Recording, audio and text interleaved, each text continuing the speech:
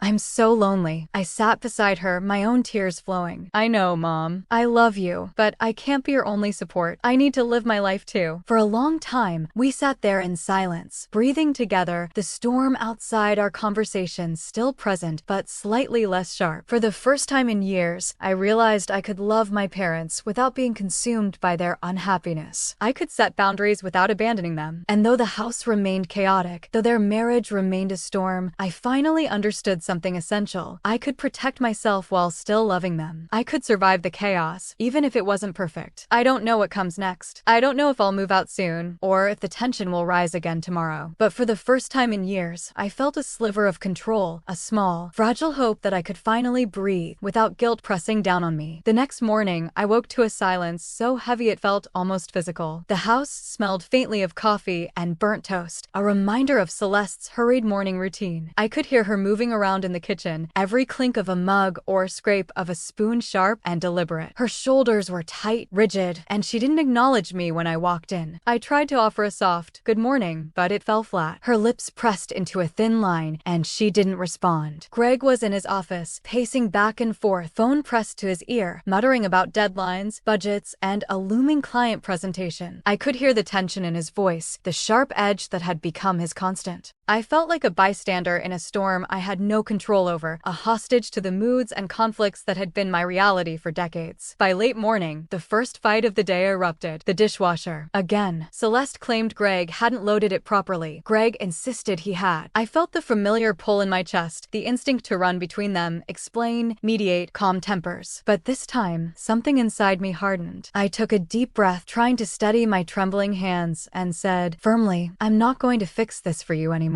You need to talk to each other. Both froze. The words hung in the air like a gust of wind before a storm. Celeste's face flushed, and her voice shook with anger and disbelief. You don't understand. You're so ungrateful. After everything I've done for you. Greg's face darkened. You have no idea what I've been dealing with. Don't lecture me. My throat tightened, tears stinging my eyes. For years, I had absorbed every argument, every harsh word, every slam of a door, every whispered accusation. I had carried their unhappiness, their resentment, their frustrations, all while trying not to break under the weight. And now, I couldn't hold it anymore. I've been dealing with it my whole life. I yelled, voice cracking, anger and hurt intertwined. I'm not a child anymore, and I can't carry all your problems on my shoulders. The silence that followed was suffocating. Celeste's face went pale, her lips trembling, before she bolted upstairs, slamming her bedroom door so hard the walls shook. Greg muttered something under his breath and left the house for a drive, probably to cool off. I sank onto the couch, trembling, chest aching, and watched the shadows of the room lengthen as the day dragged on. Hours passed, each minute stretching endlessly. I tried to retreat into my room, to shut out the storm, but the house was alive with tension. I could hear Celeste muttering to herself, pacing, closing doors, footsteps that carried resentment and exhaustion. The familiar pit in my stomach churned. I tried to distract myself with my phone, scrolling aimlessly, but every notification felt like a reminder of my inescapable role. The buffer, the messenger, the one everyone leaned on. By 7 p.m., a softer voice finally broke the heavy silence. Can we talk? Celeste called out, tentative, fragile. My anger hadn't fully dissipated, but neither had my love for her. I walked into the living room cautiously, bracing for confrontation. She was sitting there, holding a cup of tea, shoulders hunched, eyes red from crying.